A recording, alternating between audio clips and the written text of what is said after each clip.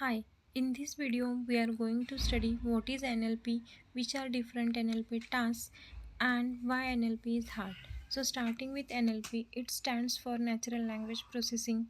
This is a technology used by machines to understand, analyze, manipulate and interpret human languages. Nowadays we want machines to understand natural language or human languages. Along with that, we are expecting response from machines.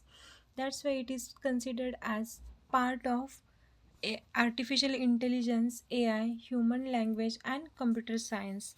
NLP helps developers to organize knowledge for performing different tasks such as translation, automatic summarization, named entity recognition, speech recognition, relationship extraction, and topic segmentation. Starting with first task, that is translation. It is nothing but the process of translating speech or text from one language to another language without changing the meaning of original content. Then the second one is automatic summarization. So summary is nothing but the condensed version of original text. There are two types of automatic summarization: extractive and abstractive. So in the right hand side, you can see the difference between extraction summarization and abstractive summarization. So in first case, if we are using sentences as it is from the original document to summarize that document, then it is extractive summary. And if we are going to reform the sentences to form the summary of the original content, then it is abstractive summarization. Then third, named entity recognition. So as it is named, we have to recognize the entity first and then we can categorize that or name that entities.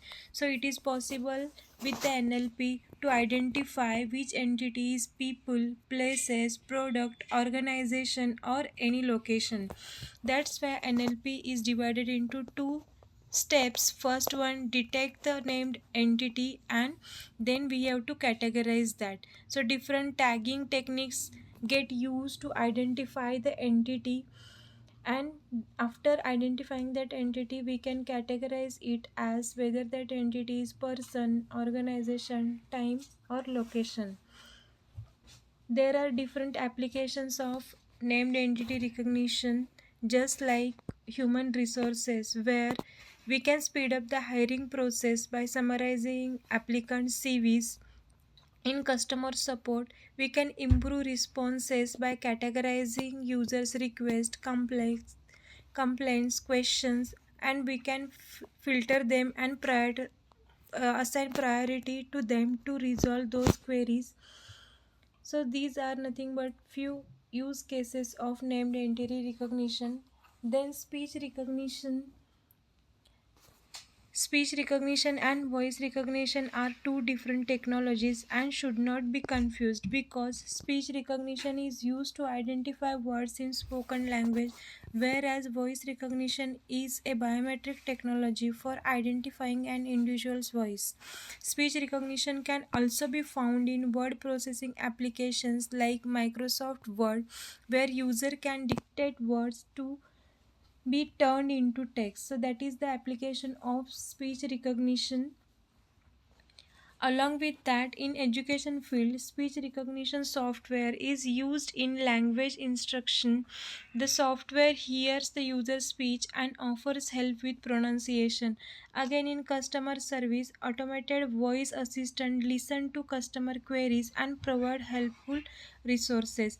In healthcare application also, in code reporting, in emotion recognition, the speech recognition task of NLP get used. Then next task is relationship extraction. So it is a task of extracting semantic relationship from a text.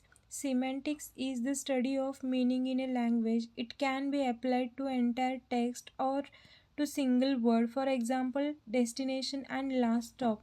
So these two words have same meaning, but it can be used in different contexts, and that should be identified by the machine where and when to use a proper word. Then next, topic segmentation. The natural language task known as topic segmentation involves deciding where transition from one topic to another are within a document. For example, if we consider a document which consists of different news related to sports, politics, then with topic segmentation we are able to identify that where the topic one topic transit from another, or we are able to identify uh, different segments in that document based on the type of the news. Then why NLP is hard? So natural language processing is considered hard. It is hard to understand by machine, and reasons for that is: first one, if we google today how many natural languages are there, then we may got number greater than 7,000. And every natural language has its own vocabulary and different syntax rules. So that is the first main disadvantage, or that is first reason why NLP is hard. Again, at character level, there are several factors that need to be considered, whether to consider that letter or word as case sensitive or not. That is second thing. Then third, punctuation and numbers may require special processing. Next reason, sometimes we need to consider emoticons, hyperlinks, repeated punctuation, file extension, usernames with embedded periods. It's difficult for word tokenization to separate unknown words which is considered as out of vocabulary words. So the reason of out of vocabulary words, first one is typos. If we consider the mobile phone data or text data, then it may contain out of vocabulary words, just like hello is type, it might be typed as HELO, but that is nothing but the typos. Then different vocabularies, if your model is trained with the limited data set, it is very likely to have a limited vocabulary. When you apply your model to new data, your model will fail to recognize some words. So that is again one reason why NLP is hard. Then few sentences are here with which you can be able to understand why it is difficult to find out exact meaning of that sentence. First one, I saw a man on a hill with a telescope. Second, look at the dog with one eye. Then third, let's stop controlling people. So it seems like a simple statement until you begin to unpack the many alternative meanings. Just like if we start with that first sentence, I saw a man on a hill with a telescope. So it may have different meanings, such as there is a man on a hill and I am watching him with my telescope. Second meaning can be there is a man on a hill who I am seeing and he has a telescope. Third meaning can be there is a man and he is on a hill that also has a telescope on it. Next meaning can be I am on a hill and I saw a man using a telescope. And another meaning can be there is a man on a hill and I am seeing him with a telescope. So one sentence may have number of different meanings, and it is hard by machine to identify which meaning is appropriate. Another sentence or another example is look at the dog with one eye. So first meaning or one meaning of this sentence can be look at the dog using only one of your eyes. Second meaning can be look at the dog that only has one eye. Perhaps the dog has found an eye somewhere and we are looking at the dog. So meaning is different in every case. In third sentence, in third example, let's stop controlling people, have one meaning as let's stop people who control others, and another meaning is let's stop controlling other people. So that's why NLP is considered as hard. Along with that, there are another reasons why NLP is hard. In normal conversation between humans, things are often unsaid, means with some signals, expression, or with silence also we can convey our message, but it is not possible in case of computer. Second, ambiguity in sentences. It is also one reason. So, ambiguity can be word level, sentence level, and meaning level. So, ambiguity in NLP is ability of being understood in more than one way. Natural language is very ambiguous. NLP has following types of ambiguities: lexical ambiguity, syntactic ambiguity, semantic ambiguity, anaphoric ambiguity, and pragmatic ambiguity. Also, homonyms, homophones, sarcasm, idioms, metaphors, grammar, and uses expectations, variation in sentence is also there. So there are so many reasons why NLP is hard.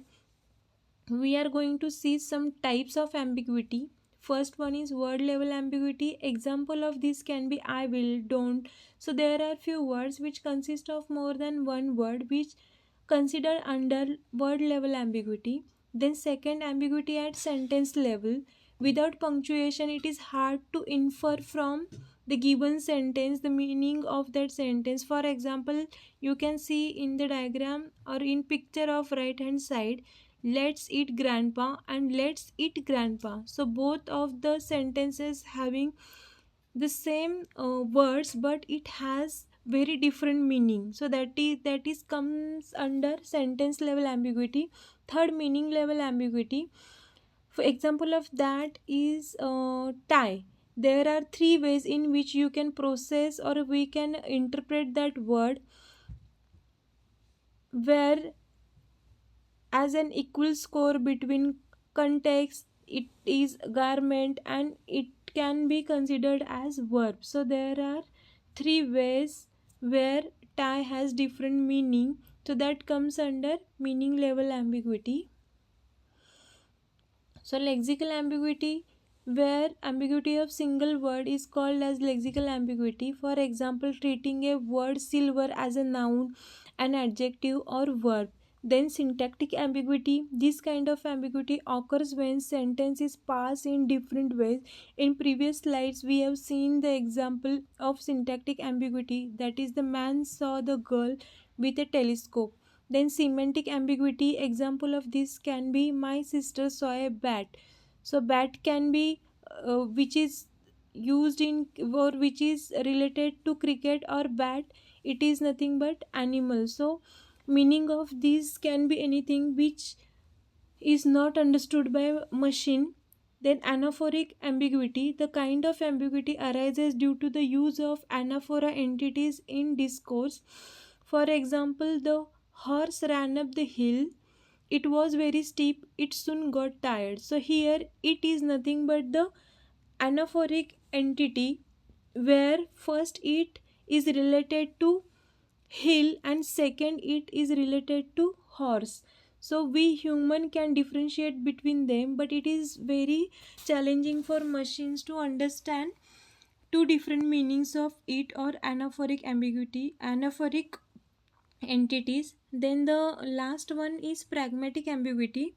Such kind of ambiguity refers to the situation where the context of a phrase gives it multiple interpretations. Pragmatic ambiguity arises when the statement is not specific. An example of this is I like you too can have multiple interpretations, just like first one, I like you like just you like me, and second one, I like you just like someone else does. So here, based on that sentence which is used on which context, it decides the meaning of that sentence or intention of that sentence. So that is nothing but the pragmatic ambiguity. Again, homophones, homographs, homonyms are there, which makes NLP hard to understand by machine. So this is how NLP is hard, or these are the reasons why NLP is hard. So we have seen what is NLP, different NLP tasks, and the reasons why NLP is hard in this video. Thank you.